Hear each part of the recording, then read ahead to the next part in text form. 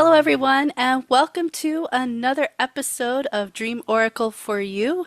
This is episode, what are we at now, Biljana? 21? 22? Yeah, 21. Yeah. 21, that's right. It's been a while. Biljana and I have some life things going on at the moment, so we've taken a couple weeks hiatus from the show, but we are very excited to have new guests on tonight to just dive in and talk about dreams. Her name is Alicia, and she is from the Cosmic Gateway podcast. So, Biljana, first, before we get started, do you have anything you'd like to say? Yeah. As I always say, like I'm super excited. So I think everyone we get on is really good to talk to someone different. And I've been watching Alicia's stuff for a while. I can't remember how I stumbled on your channel, but yeah, the videos of you and Rebecca, and yeah, it's been quite interesting listening to how you express yourself. Even your energy updates have been really good. So yeah, looking forward to what you have to share about yourself, about dreams, whatever's on your heart and whatever you would like to share with us. Wonderful. Well, thank you so much, ladies, for inviting me. As I was saying before we started recording, I think it's a great concept to have a podcast dedicated to dreams. I think dreams are one of the most vital and crucial aspects of our soul's evolution and development, and it can give us so much information about where we're at or what we're processing, and we'll dive deeper in. But just a brief introduction. I have been working as an energetic healer, intuitive guidance. I work helping people kind of like soul mentorship, getting focused on their soul path and mission. I help support people in what they call divine connections. And also, I guess, for lack of a better term, spirit babies. I've been in, helping. I've been doing this work now full time for a decade, and before that, part time for most of my life.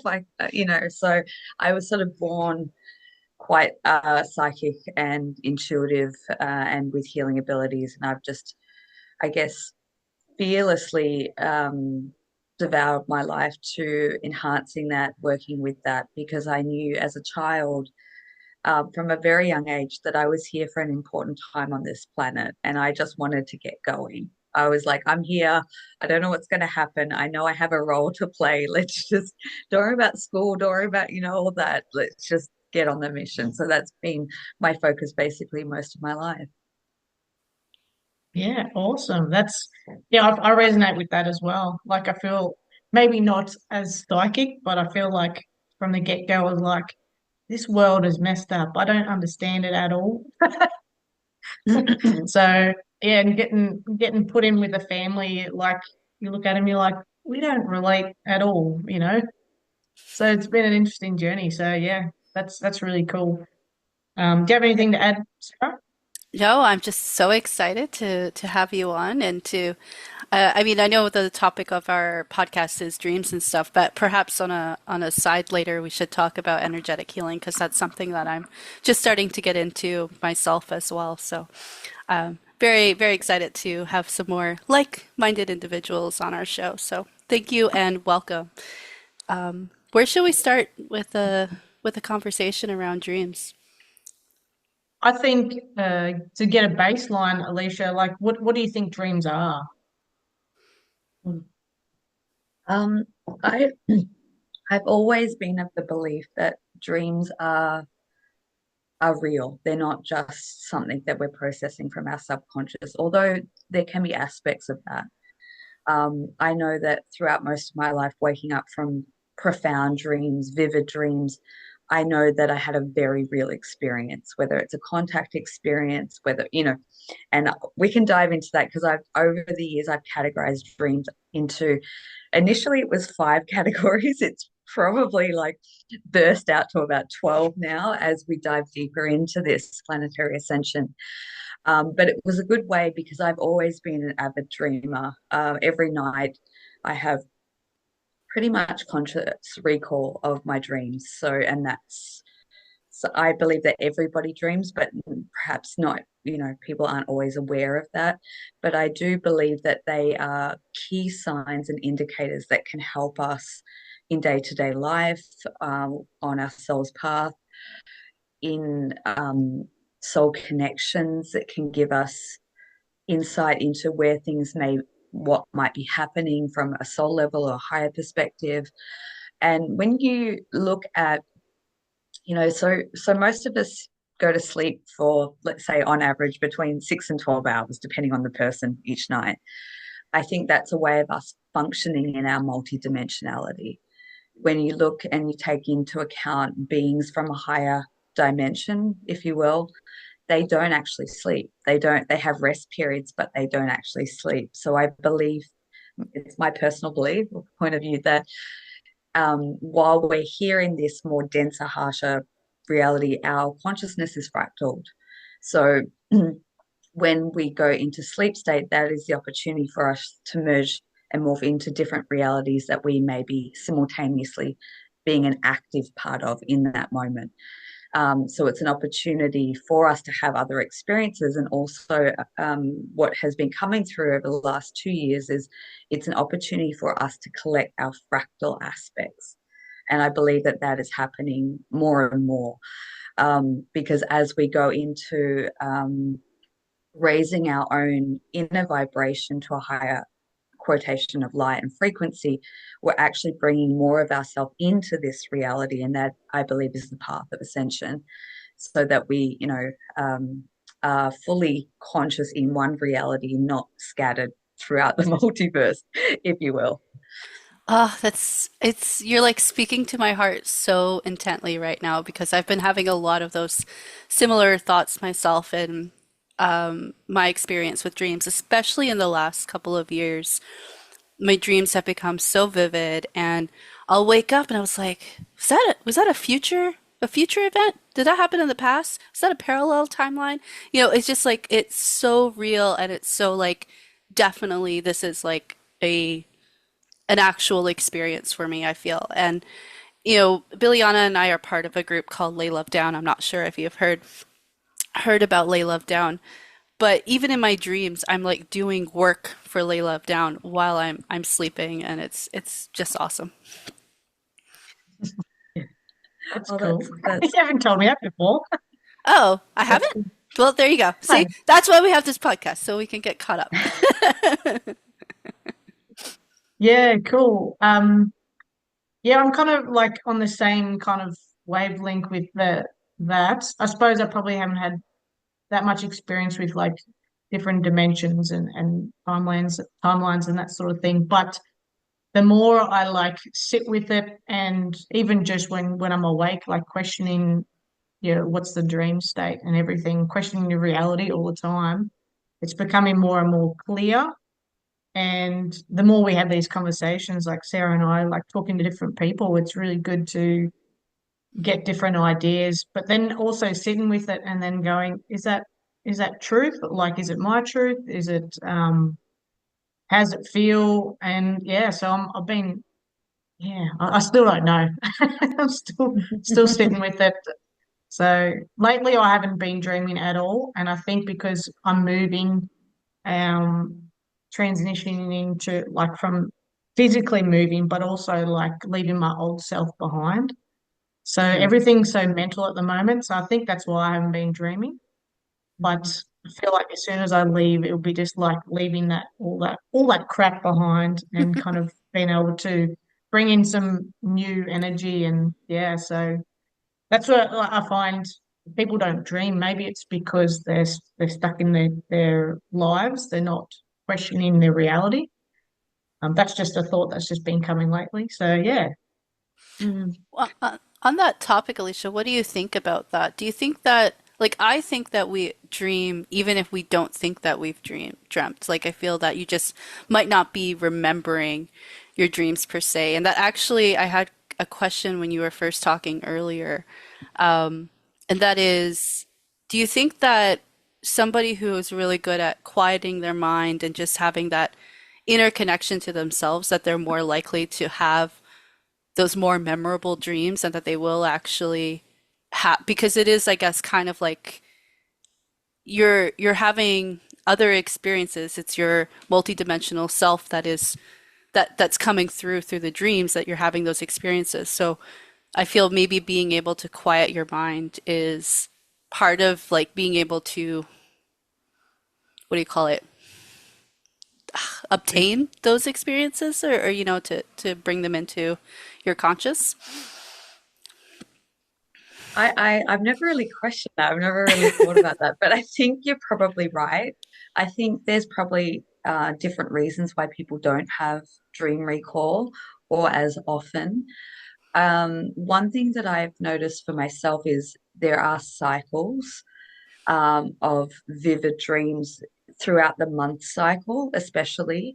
Um, I've noticed, and that I think that's really good to recognize your own patterns and cycles.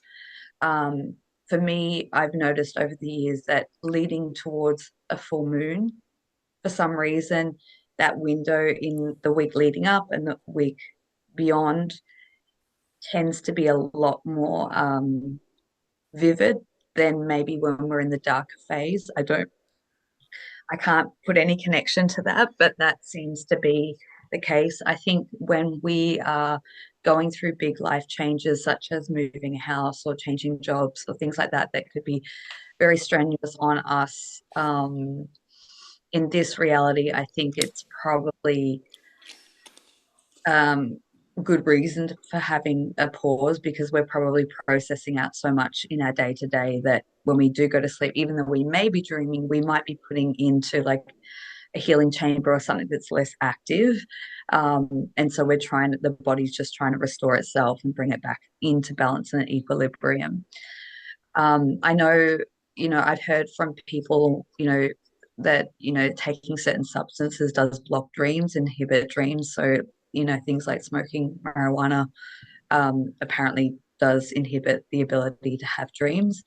I don't know about other substances, maybe things like antidepressants, things that maybe dull down. So there is that factor and aspect to it.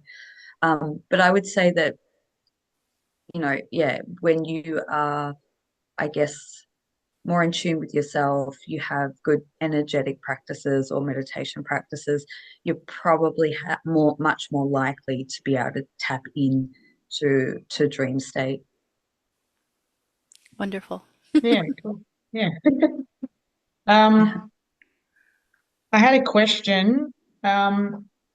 With everything that you do with your work and in your personal life, how do you think that can relate to your dreams, like the energetic work that you do and the healing and everything? How can you relate that to dreams? Like if you're someone that's complete beginner, no idea about dreaming, how could you kind of like explain it to them and make it relatable?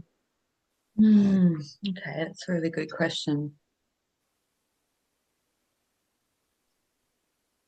I guess if you look at dream state as an extension of yourself, you know, um, so like you were saying, you're part of a group now and you're dreaming that you're doing work in that space. I think that's quite common because I feel like we have the opportunity, we are energetic beings. We are much more beyond this physical body and this dimensional space. So therefore, sometimes we can get ahead of ourselves. And I know this happens a lot where we can prepare the path ahead.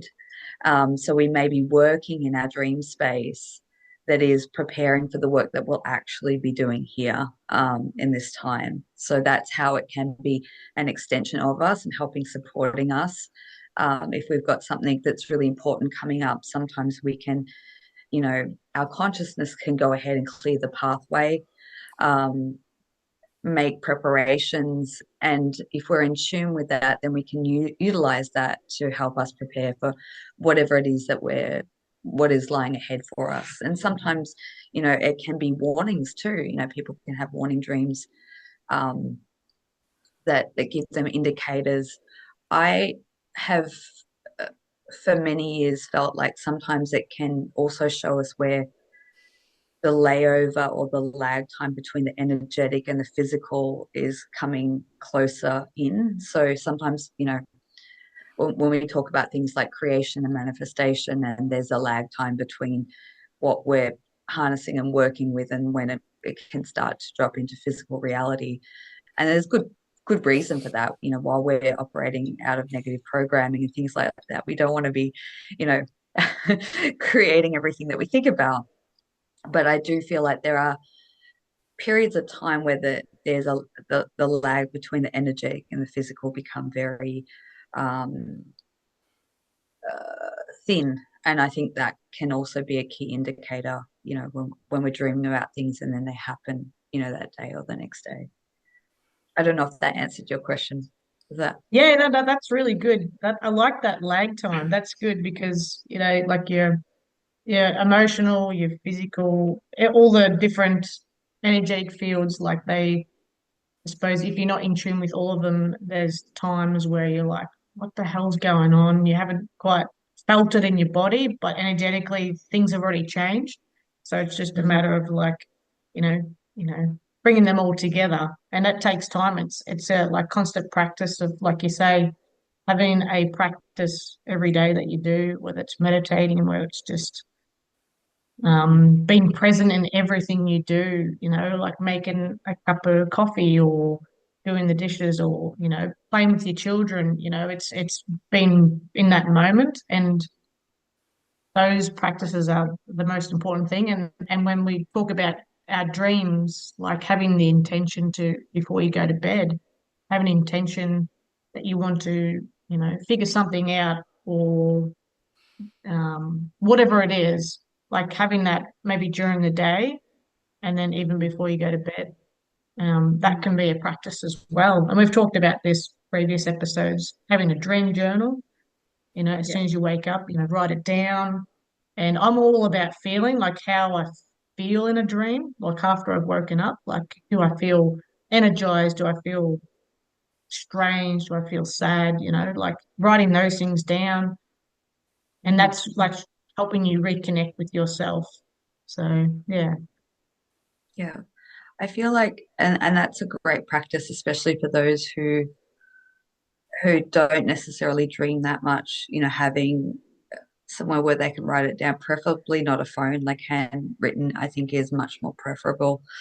Um, because there is a window, I believe, like in like the first 5, 10 seconds as we're waking up, that we can latch into it and pull in the information. Sometimes if we get up, go to the bathroom, or grab a glass of water, it can fade and then it's gone. So it's like as soon as you wake up, even before you open your eyes, is to hold it, like you were saying, get connecting with that feeling and then bring through the visual and the information. And often what I do is, if I know that there is a great importance, I'll hold and go back into it, and I'll ask to be shown more information. And so often I can go back into the dream and have an extension of it play out that's going to give me really key and vital information. Super. It's funny that you say that because I was just gonna ask what kind of your dream practice is like. Like, before you go to sleep, do you have some sort of intention? Sounds like you have an intention on the after you've had the dream and the reflection on that. So, what does your going to bed look like? Often, I mean, it depends what phase I'm in. And right now, I'm going through a lot of what I call processing dreams, which is, we can get into that a bit later, but before I go to bed, I'll often clear my energetic field. So I'll do some energy practices around clearing not only myself, but also my property and the parameter of the property, so that I'm not, um, so that my space can be as clear as possible and not be diluted by what may be kicking up in the geographical location, in the collective, because some people, like myself, and I'm sure many that may be watching this, we have these psychic antennas. So when there's big collective energetic movements, we can sometimes, that can then bleed into our dream space. So, um, yeah, going to bed, doing energetic practices, setting the intention. At times, if I am seeking guidance or information, I'll be asked to be shown in a dream. Sometimes it doesn't always come through immediately on that night, but I find that by setting the intention, most likely within 3 days, I'll have the answer come through. Yeah. Awesome. No, that's so cool. It's so great to have somebody on like you just talking about dreams like this. This is so we're on the same wavelength. I'll say that for sure. Yeah, it's interesting. So I've because I've been moving and going through 3D reality stuff and not focusing as much on my energetic side in the last, I would say, couple weeks for sure. But just a couple nights ago, before I went to bed, I'm like, okay, if there's anything that I need to know in this moment, please just have it come through a dream. And that's kind of the intention I put out. And then I'll tell you the dream I had. I don't even know if I should talk about it on the podcast. It was kind of a little bit dark, or a little bit. It was almost like, I guess I'll talk a little bit about it, but it was almost like some sort of institution where there were controllers and people were basically being experimented on physically, and it was very, very, kind of horrific to dream about. And I woke up and I'm still a little bit confused by it. And the only thing that came through for me was that it's just something that I'm supposed to be aware of. I don't know if I'm doing something energetically when I go to sleep. Maybe I'm, altering a different timeline or fixing something somewhere else. But yeah, it was quite interesting.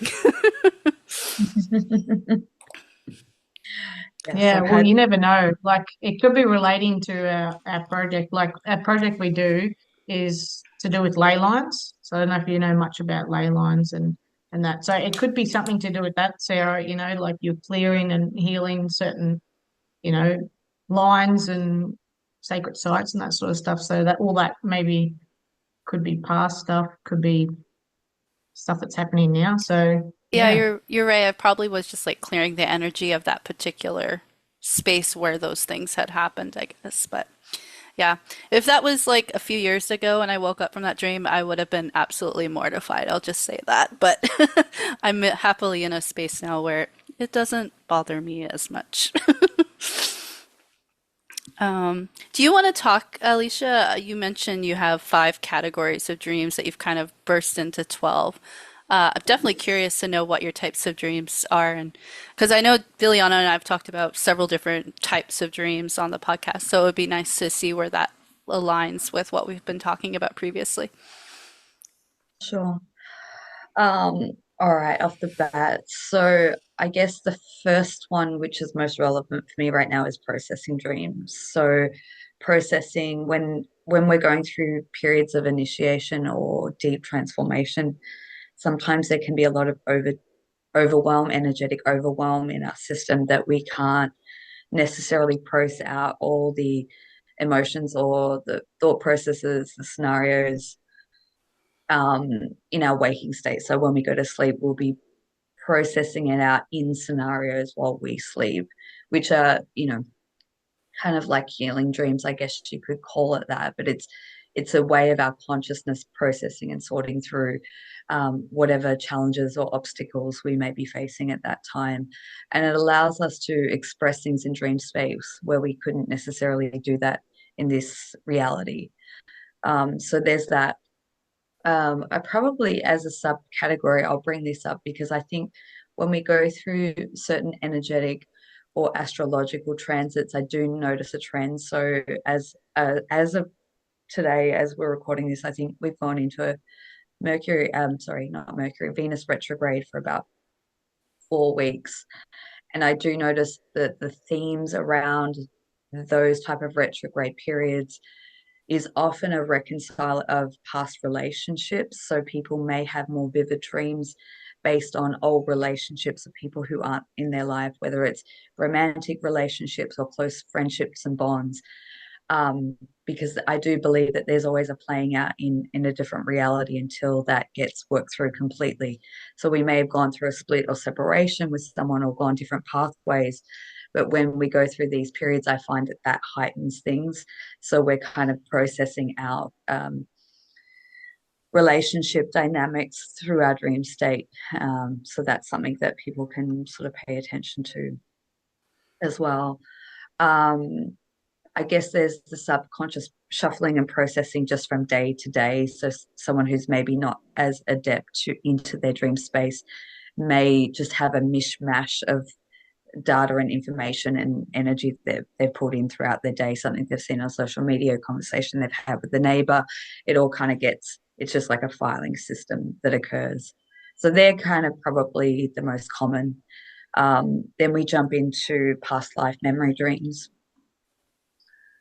So they're pretty easy to identify when we're having past life dreams, because obviously we'll be in a different time frame than what we are now, or it might be a different location, it could be a different continent, it could be a different planet even, but we're tapping into our multidimensionality.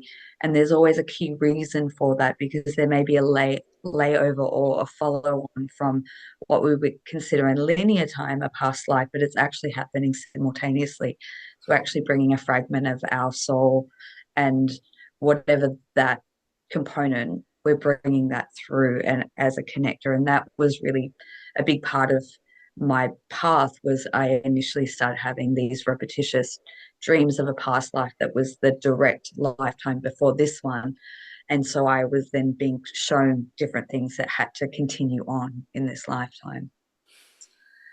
So we're at three. Yeah. um, then there's the symbolic dreams. So symbolic dreams are when something or a couple of things from the dream really stand out. Um, you know, whatever you might be, just it might be a very mundane, just general type of dream, but all of a sudden you look and you see a big clock on the wall and it has a certain number on it.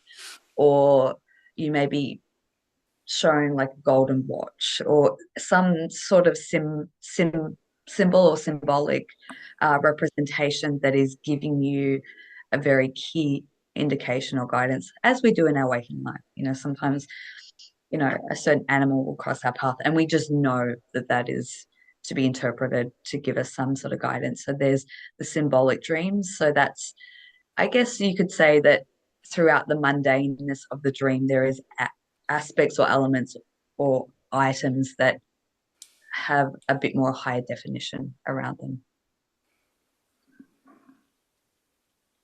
Yeah, cool. Wow, that's a lot to think about. And it's really good, like we're getting a lady on, she's a numerologist, so it'd be good to just get some more understanding about numbers, like when they pop up in your dreams. And yeah, so Yeah. that's going to be interesting.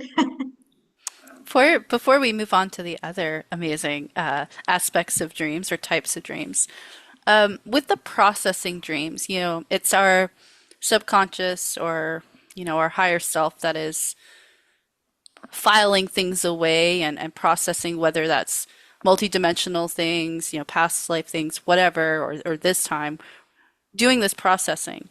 Do you think that there's anything that we need to do upon waking up, or is the subconscious and, is it all happening energetically for us, or is there something that we should be doing when we wake up to further help process? Yeah, I think a couple of things in mind. Um, I think energy, I've always said this for a number of years, like energetic clearing and disconnect from the dream state can be really helpful, because sometimes if we're in really dense pockets, we actually carry that energy. So if you think about our consciousness leaving the body throughout our dream space and it's going through different spaces and coming back, sometimes it can get overlaid with, shadow elements, attachments, even entities I've seen in people who've come back out of dense dream space and then had, entity attachments and things like that. So if you wake up feeling a little bit off, I always give the guidance that, sit there in just whatever energy practice you do, whether it's just bringing a white light over you or working with some sort of purification type visualization, playing frequency sounds, having a shower, just moving around, or firmly just visualizing that dream, showering yourself in a new energy and closing the door to that, and almost commanding that, yeah, I'm cutting the energetic tie from that experience and pulling my consciousness back without any attachment. Fantastic. When you were talking about the clearing, it actually reminded me of an experience I had this morning with my dream. So I don't know who this person was, but I was gonna get a tarot reading in my dream, and we were just getting ready, and I was all excited to have somebody pull cards for me and read the tarot. And I have my own tarot deck. I'm still very much in the beginning stages of learning to work with it. But I have like my own personal mat to lay the cards down on. And in the dream, the person who was reading, who was going to pull the tarot cards for me, asked if I would like to have them use the mat to lay the cards out on. And I was like, sure, but let me clear the energy of my mat first. And I have my own energetic clearing phrases that I say that just basically cut all ties and clear energy with everything. And so I did this, and my dreams, I'm usually very conscious in my dreams. My dreams are vivid, and so I did the clearing of the mat, and then I woke up, and I was like, "What?"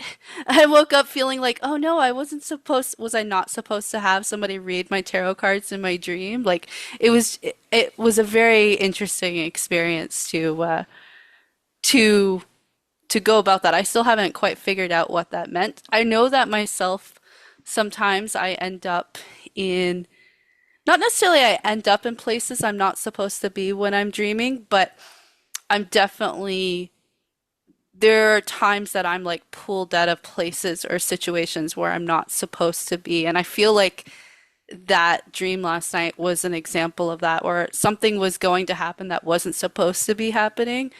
And it's almost like my higher self or whatever is like, oh, we're just gonna get her to clear, and then boom, it's she's just gonna get out of that situation. So I don't know if you have anything that came through while I was talking about that, but No, I think it was probably exactly how it was meant to be. Maybe that information that was going to be delivered was going to be well, I was going to say disinformation, but tainted information, let's say. So, and maybe it's also a message for you of being able to be your own guide and mentor and receive the information from yourself directly rather than seeking outwardly. right, right. Interesting.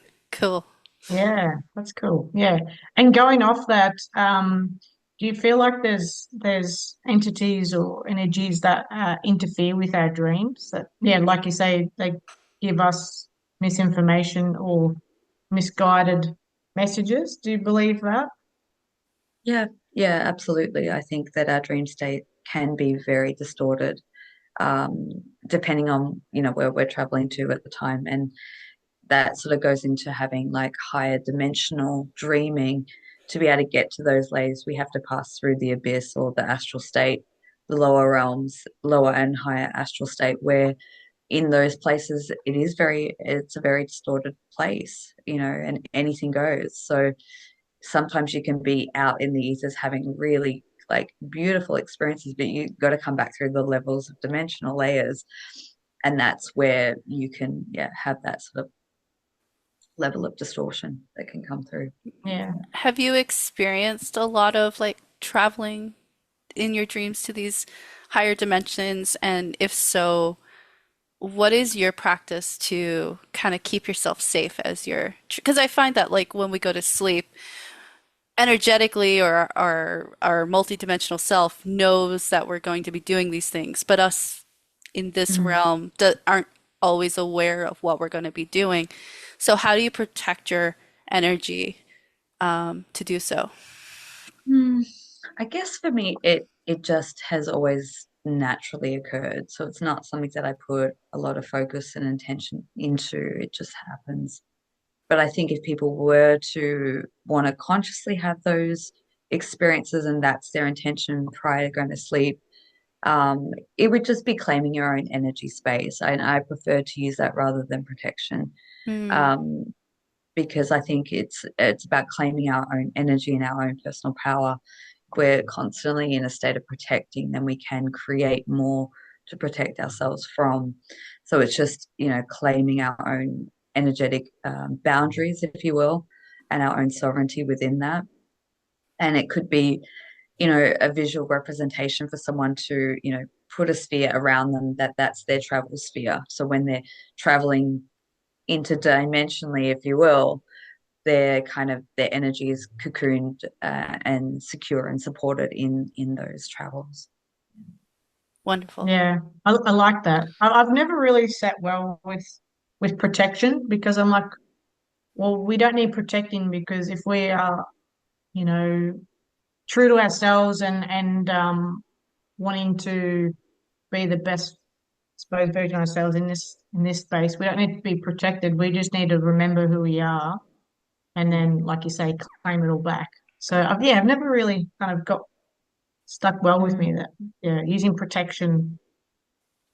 Claiming when I was taught the concept of claiming my own space as opposed to protection, it completely changed my life.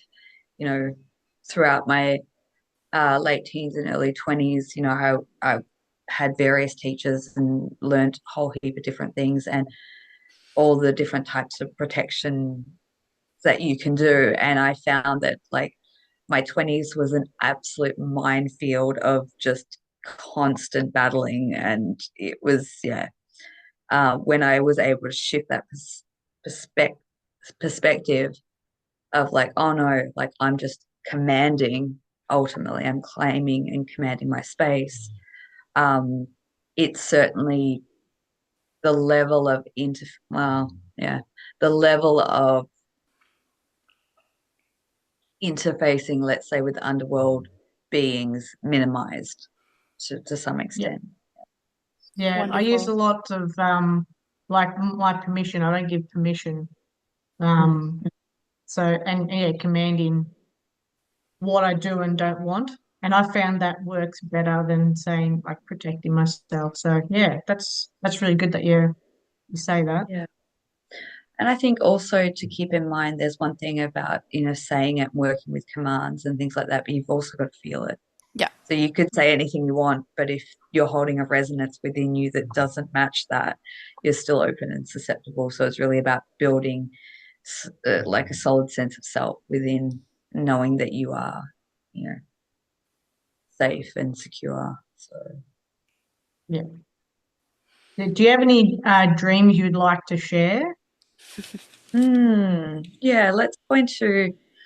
So I guess another one of those dreams I call like astral space, which I was talking about, which is like anything goes. I find that often if we wake up early and we go back to sleep, that tends to be where people go into the astral realm. It's like that that movie, which I haven't watched the entire, it's like everything everywhere all at once. It's like there's just a thousand things going on. It's very busy. It's very convoluted and it's very nonsensical. And they're the dreams that I just disregard because I know that I'm morphing into a state that there's just, that energetic field. So I call that, an astral state experience more than a dream. And when I come back from them and just the feeling of it can have like a quite a uncomfortable feeling to it. I kind of disregard anything that may have occurred in that space, not taking it as symbolic or literal. Um, Let's talk about New Earth dreams because I think that's probably one of Yeah. my favorite. I haven't had one in a while, but um, so Yes. you've got your future prediction dreams, prophecy dreams, and New Earth dreams. That can be sort of, so it's an aspect of you that's tapping into the future version of your own reality. And I believe that we do that to kind of help feed information frequency or energy back to our current version of self to connect the dots, if you will, connect that stream of so I started having new earth dreams, not knowing what they were in about 2025, which is in like fifth dimensional space or beyond that. So everything is very vibrant, everything is very high definition in terms of color, everything has an aura around it. You can see light and energy in everything and everyone.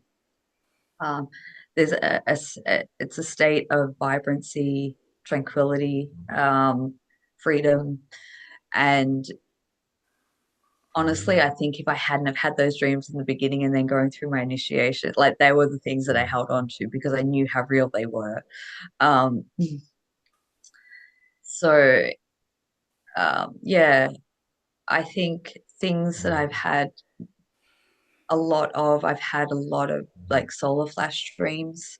So tipping points for the collective where there is sort of a shift in consciousness that comes from, I believe, the power of the sun. I was having those dreams back in early 2016, um, not necessarily knowing what I was seeing or witnessing, but I've had several of those since then. And sometimes they're slightly different, but I always know that it's a tipping point. We're about to go through massive energy influx that's going to create a dismantling of a lot of the systems. And I that dream, I always go back to that dream because it was so vivid. I woke up, it was in the afternoon. I woke up and I saw this light coming in from outer space, hitting the atmosphere, hitting the earth, and it created this temporary disruption of absolute chaos because no one knew what was happening. And I was very focused on witnessing and watching the United States or the Northern Hemisphere. There were certain political leaders that are now in place that were in that dream. So I find that really interesting, um, because at the time I didn't even realize that that person was even running for president. So now we're here many, many years, and it wasn't connected to anything specific around him. It was just the fact that he was at the forefront with other people who are now in play, which I find really kind of exciting as a key marker point, if you will. And so I watched all this chaos as so many people were confused and dazed and not necessarily knowing or understanding what was happening. And then there was like a ripple or wave effect that went around the planet. And it went from the United States or into Europe, and then it kind of bridged over into Australia, and it literally was watching the dismantling of all the institutions, the financial system, the political systems.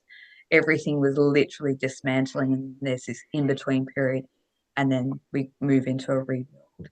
And that's how I've always seen this process, of the ascension happening and playing out. So, That's yeah. absolutely amazing that you're able to have dreams that have that sort of um I don't even I'm speechless honestly. It's it's pretty profound. Speaking of the current president of the United States, I had a dream about him recently. It was like I don't know, a month or so ago. And it was Yeah. interesting because this dream was witnessing, like I was very much an observer in the dream. I wasn't like an active participant. And I watched him, there was like Kamala Harris had come out on stage, and then there was like a mini explosion, and like Mhm. part of his face kind of disappeared or was like, destroyed. And he got up and like put his fists in the air. And the whole time in the dream, I was like thinking, I was like, this isn't real. Like he's not real. Like something's going on here, and that this whole thing was planned. So I'm kind of on the edge of my seat to see if that was an important or what that can kind of foretell in this experience that we have. Yeah, we're certainly in very interesting times, that's for sure. I think 2025 has hit a threshold or marker point or a tipping point where people are being given choice points to make the jump in consciousness, I believe. So yeah, it's really fascinating. But Yeah, yeah, a lot of earth energy dreams. Um, mission dreams, I think, is one that has come to the highlight, that not many people talk about, but a lot of people have. So mission dreams often can be working in the energetics of the grid points and nodal points and ley lines of the planet, and that can happen where we need to disperse amount of dark energy and bring in new fusion of light. So they're sort of collective working in the energetic realm to help support the shift in consciousness. Um, Other mission dreams can be like traveling from place to place, can be very vivid, going into underground bases, you know, asylums, different locations, tapping into these type of maybe darker aspects of what happens on this planet to help dismantle or diffuse it. Whether that is fractals of us in a parallel reality actually operating in that, I've always questioned that. That's always up for evaluation. But yeah, mission dreams are, I think, a crucial part of the work that we play multidimensionality, because we don't, none of, well, not many of us have the actual opportunity to get involved in some of the bigger roles, and things that need help, bringing light into. But in our dream space, we can certainly do that. So, Right. And I mean, when we go to sleep, we're it's a third of our day, right? That's dedicated, or in some cases, half the day that's dedicated to sleeping. And I know like my fiance really enjoys his sleep. And I often say, I'm like, but you're sleeping half your life away, But and maybe he's just actually doing a lot of energetic work that he's doing. So maybe I should refrain from saying he's sleeping half his life away. Oh, there's so many angles that we can go with this, but something that's coming through for me that I just kind of wanted to ask your opinion on when you talk about mission dreams, you talk about going to different places, whether that's, future, past, parallel, timeline, whatever it may be, which everything is all kind of, or at least my understanding, everything is all superimposed on top of each other, right? Something that reoccurs for me, and I guess that's another type of dream, is a reoccurring dream, and maybe you have your thoughts on that later too.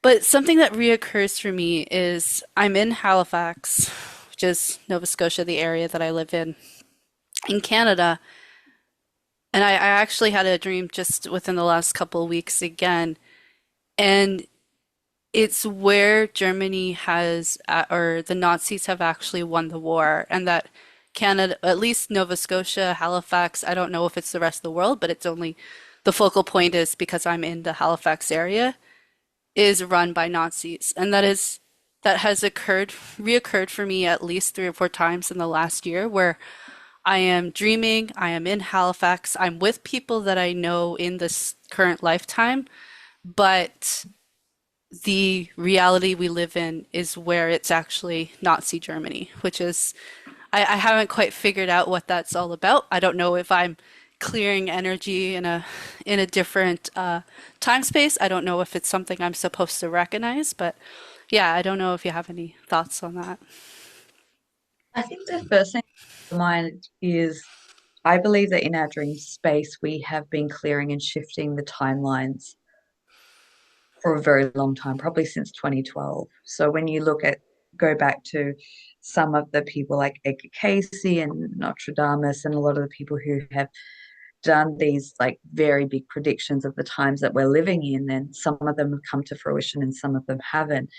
I do believe that some of the more catastrophic potentialities that have lingered on the timelines are being cleaned up by us in our multidimensional space. So there may have been an offshoot of a timeline where they did take over that place.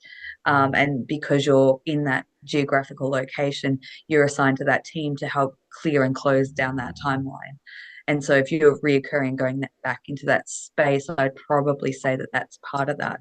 And Mm. part of your kind of soul mission aspect of your dream is because, yeah, it directly affects your reality in living there so that you have more access into some of the node points Yeah, and potentially and layers. yeah, that resonates with me.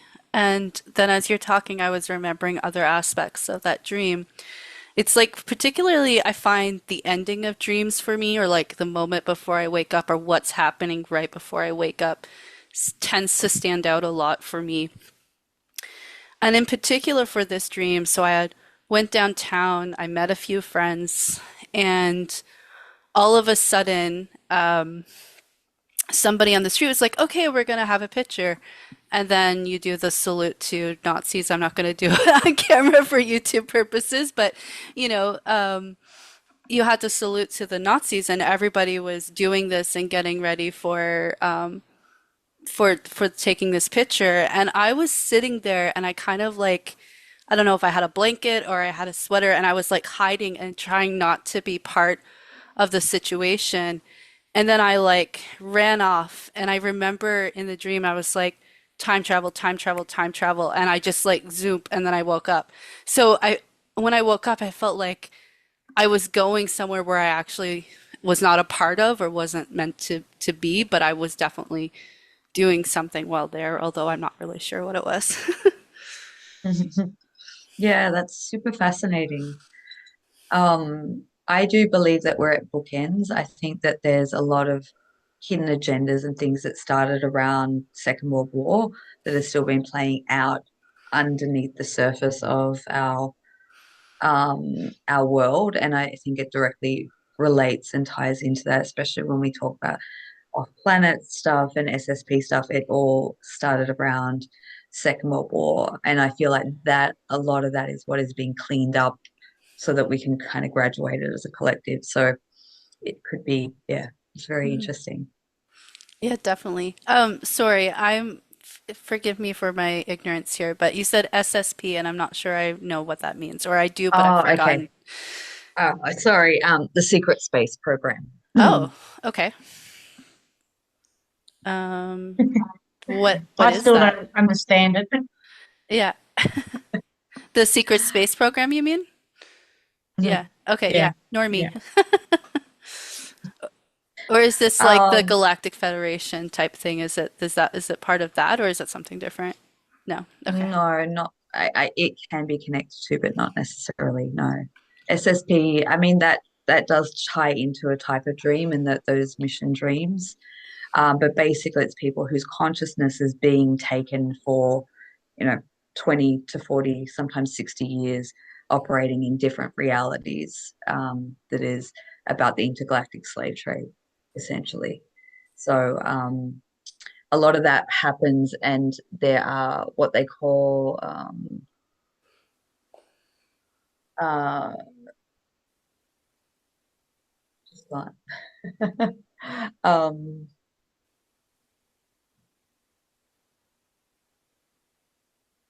kind of memory wiped or blank slate dreams where they get superimposed with a different version of reality rather than what is actually taking place. And so that Interesting. happens a lot with contactees, people who have contact with um, extraterrestrial interdimensional beings. Sometimes our psyche can't necessarily process the fact that that's the experiences that we're having until we're at a level of maturity in our soul's evolution. So often, sorry, screen memories. That's the one I was. So often we get dreams in what is called screen memories, and there can be um, some telltale signs around that. Sometimes, things like clowns, owls. There's different signatures that can indicate having screen memories dropped in. It's like an overlay that's dropped in over the actual dream space, so you don't have any recall to it. So that's another aspect and element. Obviously, that's not for everyone, but it is another facet of the categories. Um, lucid dreaming, Yeah. being able to be consciously aware in your dream space and noting that you're in a dream and you can command reality and be able to kind of go and explore and do and be and have all those type of experiences. Um, so there's lucid dreaming, and there was another one I was thinking. There's obviously collecting the fractals. So when we're closing off different timelines, going back into past situations or scenarios where we're actually closing out, bringing our consciousness back in. Um, and there was another one I was thinking of.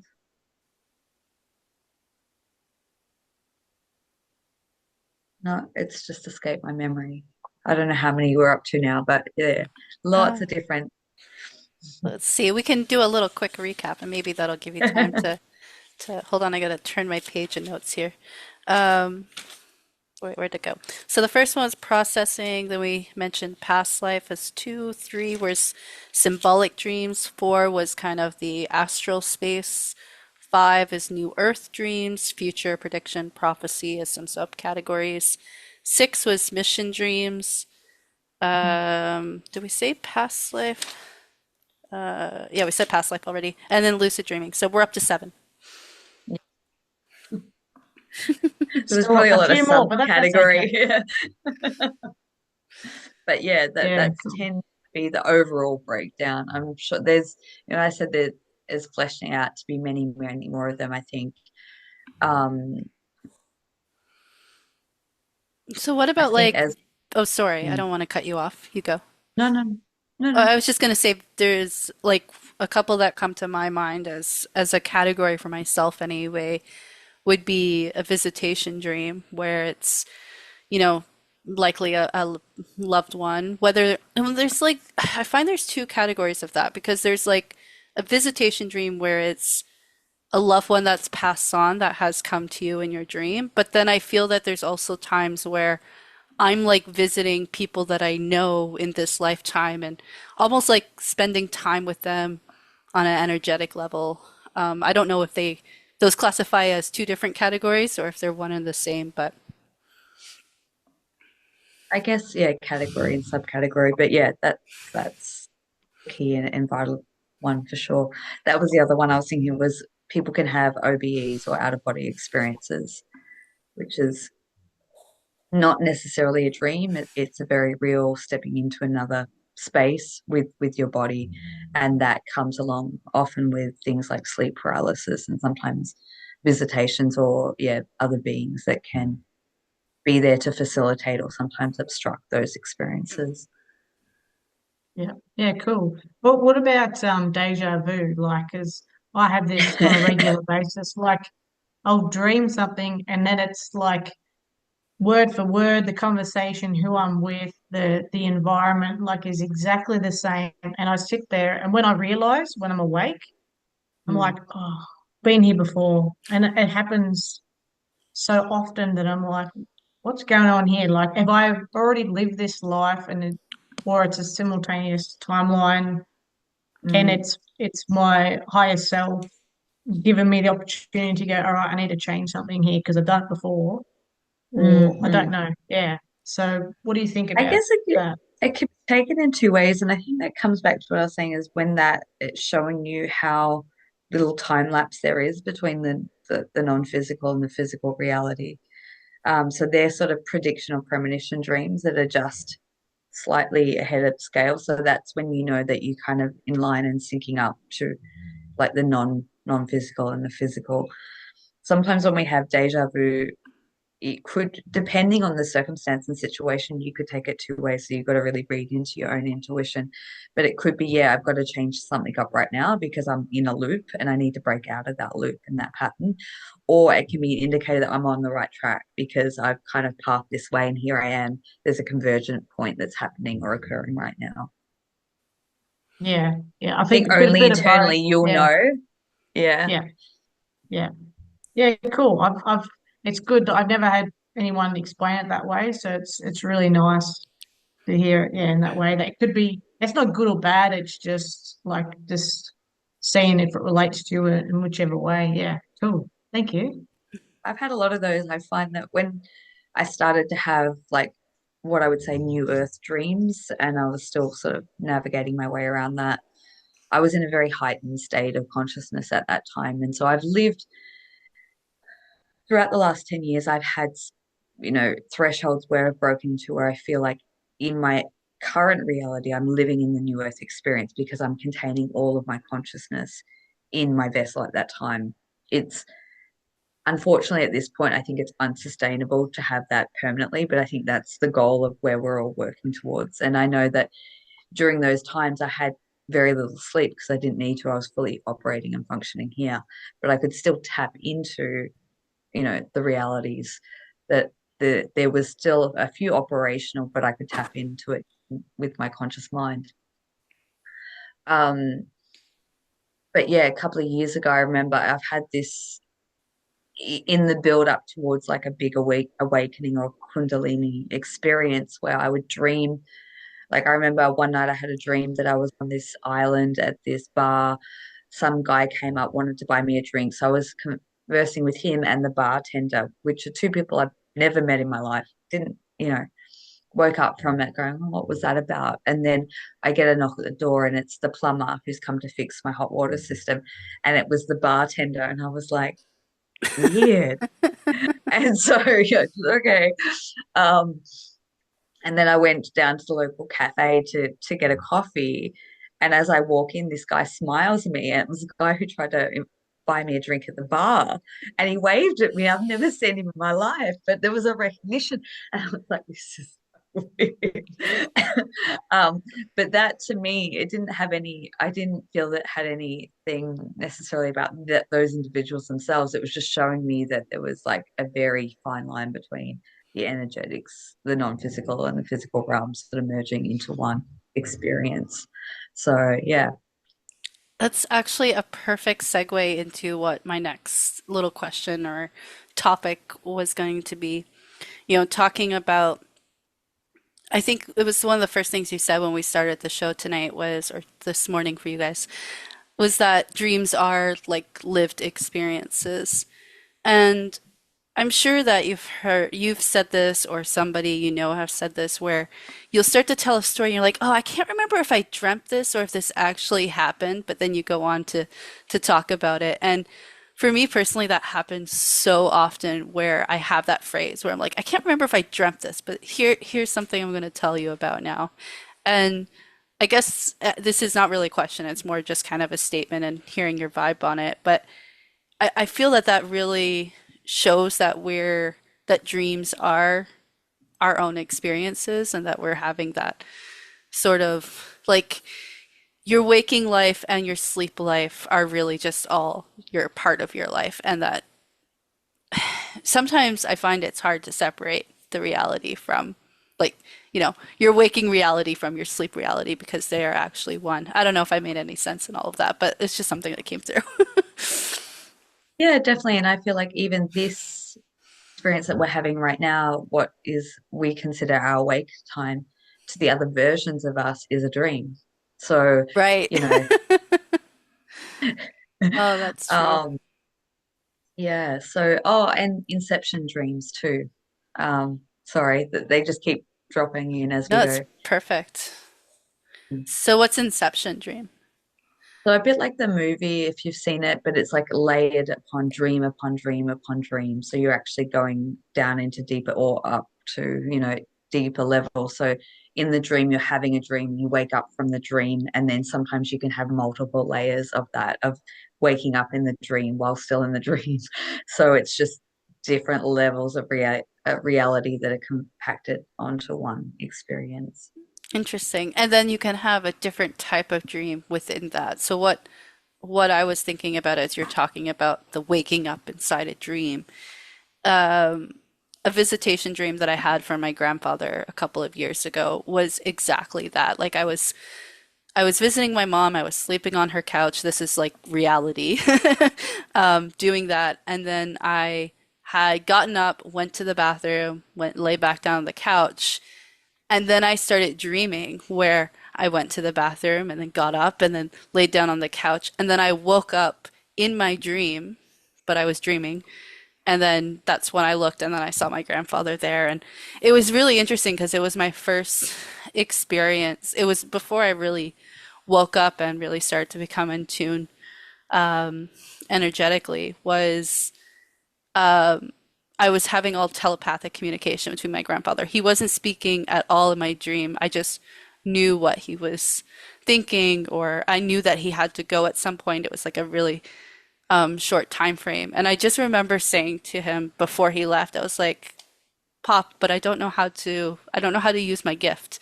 And that's all I said. And then that was kind of like the turning point for me to like figure out, okay, what's my gift? What is it that I meant to do? And all of that. And well, one part of that gift is to have this podcast with you. Beautiful. What a beautiful experience. Oh, it was great. Oh, I didn't talk about the whole thing where you talked about having some sort of, I wouldn't call this one an out of body experience, but more of a physical experience that you could feel in the dream.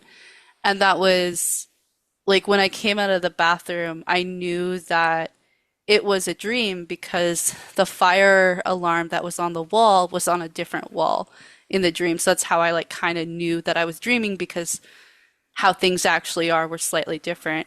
And then I was like attracted to the fire alarm, and then this energy just like came and it picked me up and it made me go horizontal in my dream and then put me back up and then yeah, it was interesting.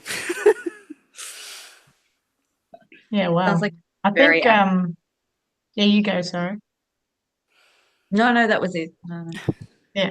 I was gonna say I only just realized that like when you said having inception dreams, that I think I've had quite a few because I can't tell when one starts and one finishes.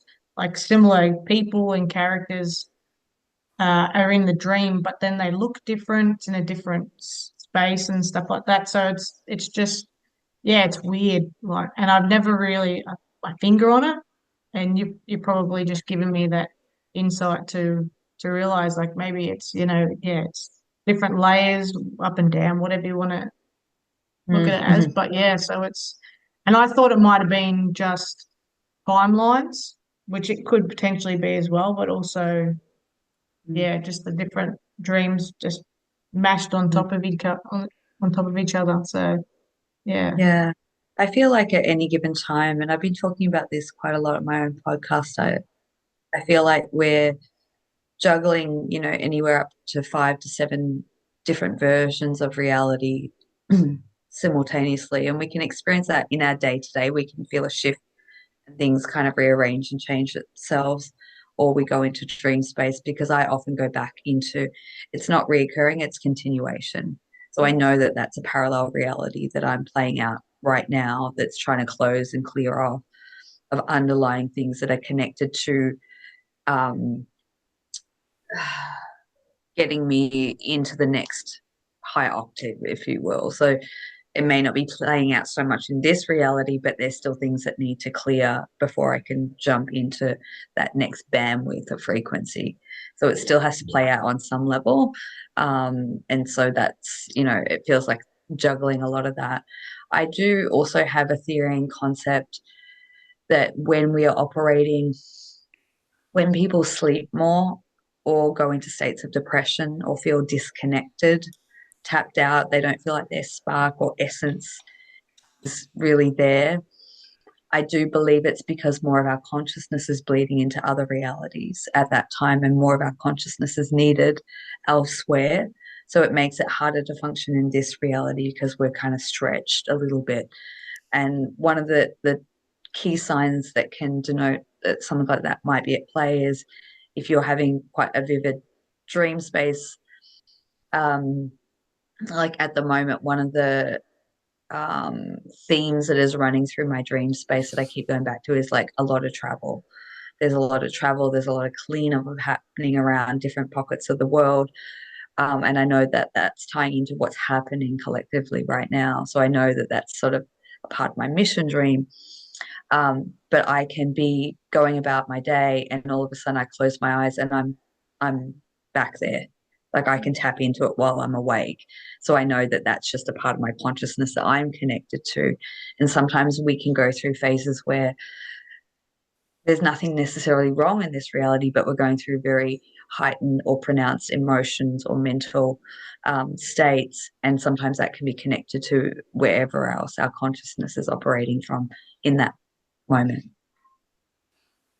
Fascinating. Love Yeah, that. Love that. absolutely. That's how I feel right now. Like with moving. Mm. Oh, okay, good. I was like, I wrote down a note, but I scribbled it so bad I couldn't read what the word was. But okay, I figured it out now.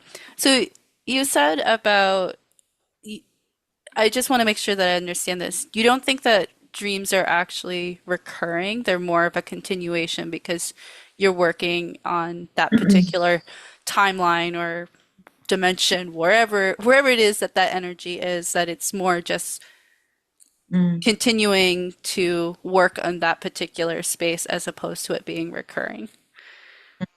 Yeah, I guess recurring dreams are another one that we haven't covered, so that's Okay. a little different. Yeah. Um, Recurring, I can only speak from my own experience. I've had several reoccurring dreams in my life, but in my younger life. Um, and that was taking me back to a place where a childhood trauma had played out that I wasn't aware of in my conscious waking space. So I feel like reoccurring dreams of going back into, they're never really pleasant. They're often quite traumatic.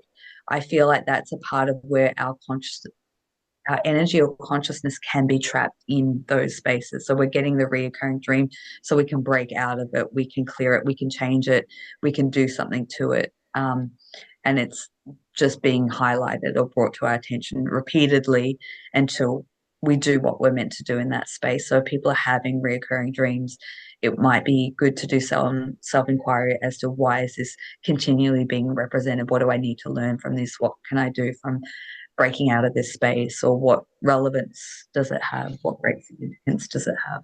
And do you think sometimes that a reoccurring dream could be symbolic as opposed to like replaying an actual scenario? And I think I've talked about this in past episodes, but maybe somebody's coming to the our podcast for the first time during this episode. But I've spoken about my reoccurring dreams with tornadoes.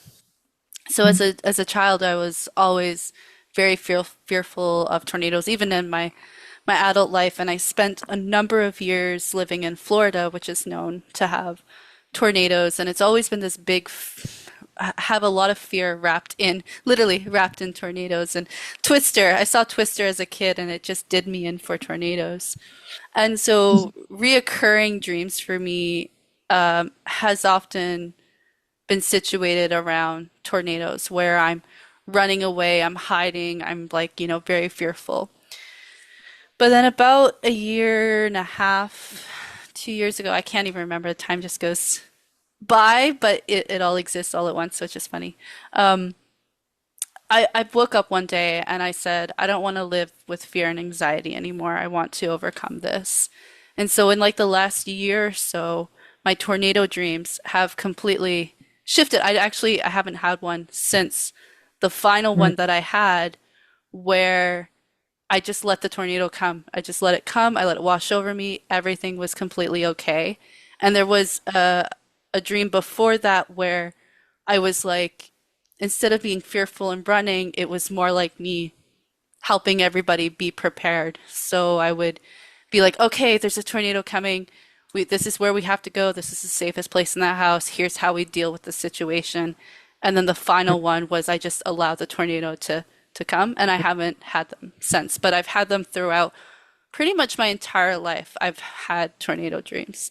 And so for me personally, I felt that tornadoes represented just my fear and anxiety. And then I have now reached a point where I hopefully have let go of all of that. I saw a lot of Yeah. nodding, so I think it resonates with you. Yeah, yeah, absolutely. I guess that opens the door to like initiation dreams. And, I think the biggest part of our evolution is to be able to see the illusion through the fears that we hold and have, and wherever they come from and wherever they stem from. And, I know you were saying that you lived in Florida for a period of time, but if you've, let's say you've had an experience in a past life where you've had, lost your life or lost all your possessions because of a tornado, then you're holding that energetic imprint that Mm. has to release. Um, and let's say you're living somewhere like Australia where we don't really get them, or at least where I live in Australia, if you're not going to have the actual experience in this reality, it has to come up some way. And once you start to overcome those fears and it goes away, you've gone through your initiation, you've kind of moved through that fear. I know one of my first teachers told me that when you start to um, move through incorporating your psychic gifts and abilities, you have a lot of astral initiation dreams, which whether that's true or not, whether he told me that, so I had them, like whether it was suggestive or not, but I did have them. He said that you will go through spiders first, which was, and then snakes and then wild cats. Um, And I did. And, he said the whole purpose of those type of initiation dreams is to not be in fear and to become more powerful or allow the experience to play out where you can see the illusion of the fear. Fascinating. Mm. Absolutely fascinating. I'm mindful of your time. Are you still good to go? I mean, I feel like we have more that we can cover, but if we can wrap up, we can go either way. It's totally up to you. Uh, yeah, a couple more minutes, sure. Okay. Um, Great. Now, where was I going to go with that? Oh, I was wanting to, I guess, first ask, have you ever had an out of body experience while dreaming where you can almost feel like, I don't know, you feel your soul, your spirit, whatever it is, your energy kind of leave your body, but you're still kind of tethered to, your Mhm. incarnate or whatever you want to call this physical body. I guess that's the first question.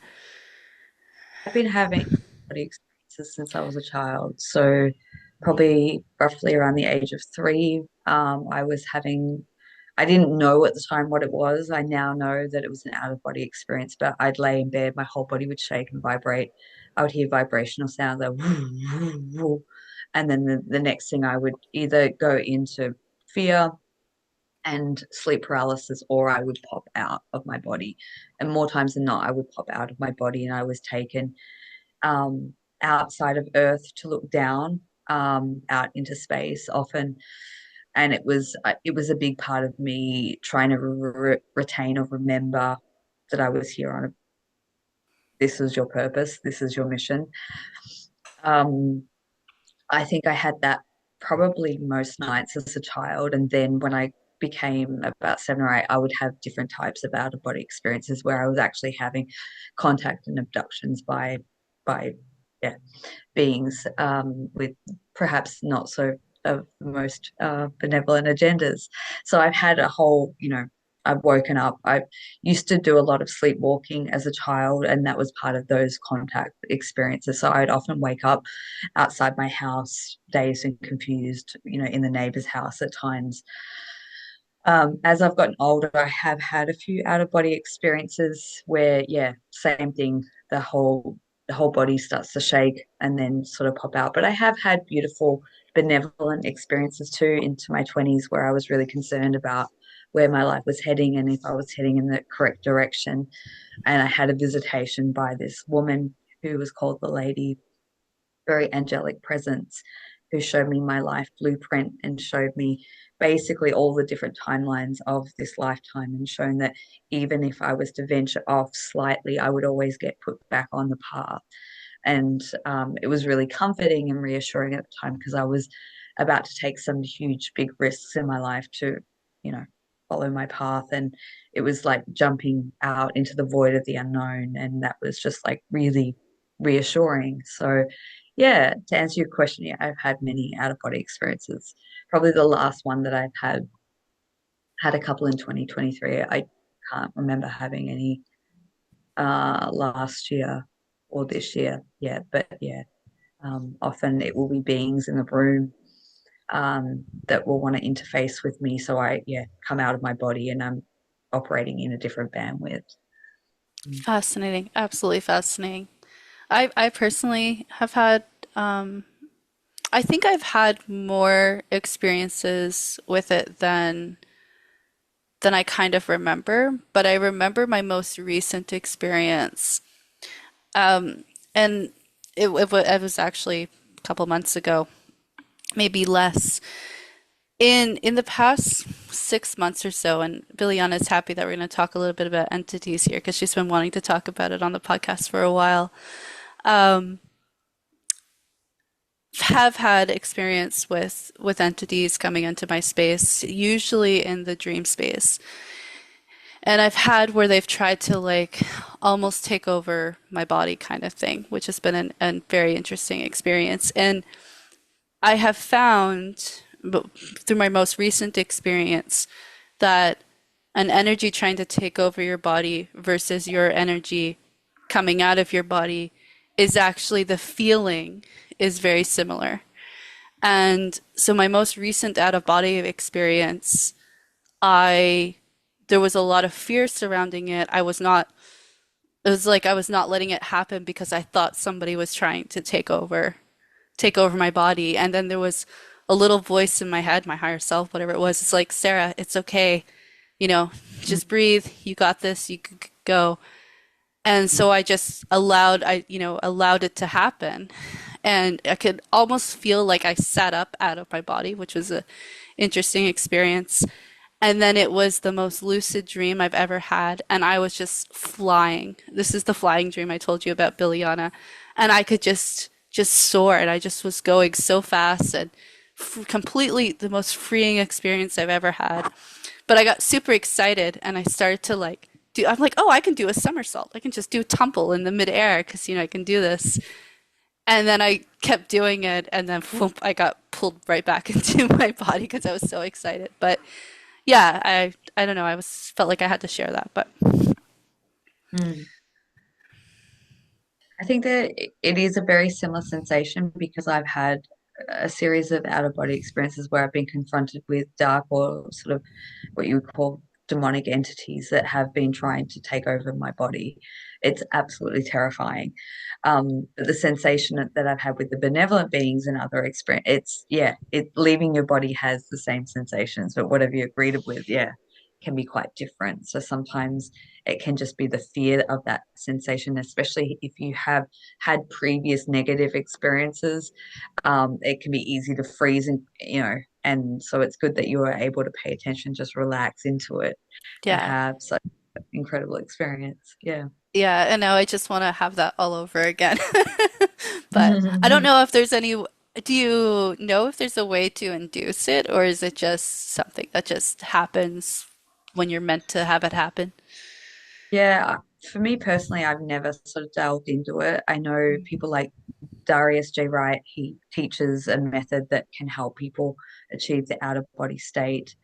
Um, for me, it's nothing that I have actively pursued. It's just Hmm. something that has happened, you know. But yeah, I believe that there are techniques that you can learn to support that. Wonderful. Bil Biljana, is there any other questions you'd like to ask before we wrap up? I don't have any specific questions, but I've just really enjoyed listening to like everything you've shared, and it's just been such a great conversation. And yeah, so thank you for coming on. I don't have anything specific because I was just enjoying listening. Like I haven't had lots of dreams, but I suppose I haven't categorized them and then maybe sat with what type of dream they are and everything. So it's Mm. um, yeah, it's been really good just to hear like different ways you can think about it. And I don't think I've had an OBE that I can remember, but yeah, so it's good having these conversations to just become a bit more aware. And even with Mm. people that haven't really thought about it, like doesn't matter who's listening to this channel, but it's so great for anyone to listen to and understand. So thank you for everything you do. And Mm. before we go, just a little plug for you, like just give us a rundown of like what you do, like your Elevate training. Mhm. Um, Yeah. yeah, and all that. Whatever you want to say, how people can reach you and contact you and that sort of stuff. Yeah. So through Cosmic Gateway is my website. I do energetic support. I've taught about 4 courses over the last 2 years, which are available to access at your own pace learning. So Elevate 2 and Elevate 3. So it's really, I was shown in it. I get messages in my, oh, that's the other thing. I get dream voice messages that tells me very specific things. And Elevate training was basically designed because I was told that the collective are going to go through some really turbulent times, and being able to master your own energy is probably one of the most important things that we can learn to do. So that was the inspiration for that training, and then it continued on. I may do another one this year. I'm still not sure yet. Um, Other than that, I do individual sessions to help support people clear energetic threads, past life, ancestral, childhood. I help people who are going through really abrupt awakenings and trying to make sense of their new reality. So I see myself supporting people as part of the transition team of moving from different states of consciousness into the next. So my work is very much a fusion of intuitive insights that I can help support people to make them kind of put together the pieces of the puzzle and then help support clear, and give them tips and tools. I really like to teach and train people how they can do it themselves, because I think that's a lot more empowering, way than having anyone sort of dependent on anything or anyone.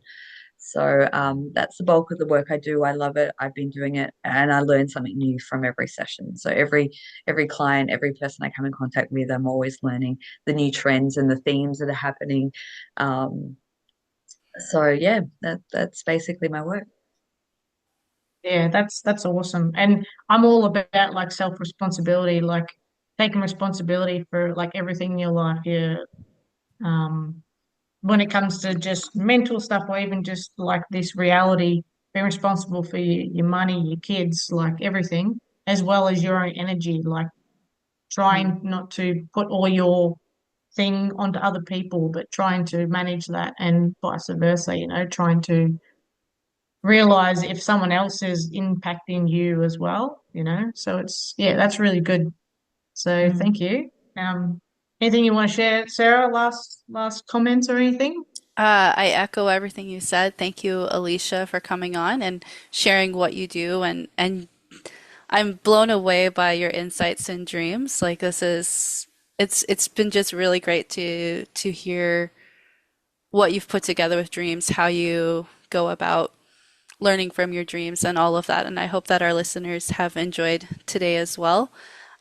Before I close out, though, is there anything you'd like our listeners to know about dreams or anything Yeah, on their journey?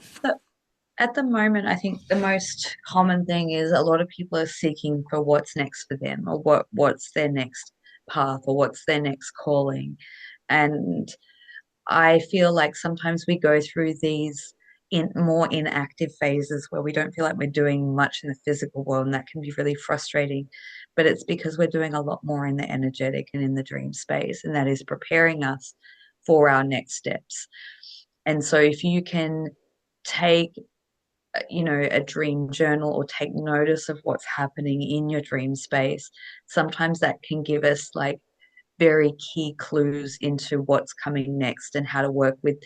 We may not know the specific details of it, but we can work with the energy of it in preparation. So I think our dream space can be key critical pieces of the puzzle, and knowledge that is going to come together when we are being then put back in a more action oriented space. So Wonderful. yeah. Awesome. Thank you. Yeah, thank you so much, Alicia. It has been a pleasure to talk to you tonight. Dear listeners, we thank you as well for tuning in and sticking with us, subscribing to us. If you would like to have your dreams interpreted or to be on our podcast, you can reach out to us on our website that we now have at dreamoracle4u.com. That is the number four and the letter U. And of course, we will have all of Alicia's contact information, website, the courses that she's available, all of that will be in the show notes. So you can reach out to Alicia. Thank you once again, Alicia. Thank you, You Biliana. ladies. Thank you, my wonderful co host, Biliana. Thank you to our listeners. Please, everyone, keep on dreaming.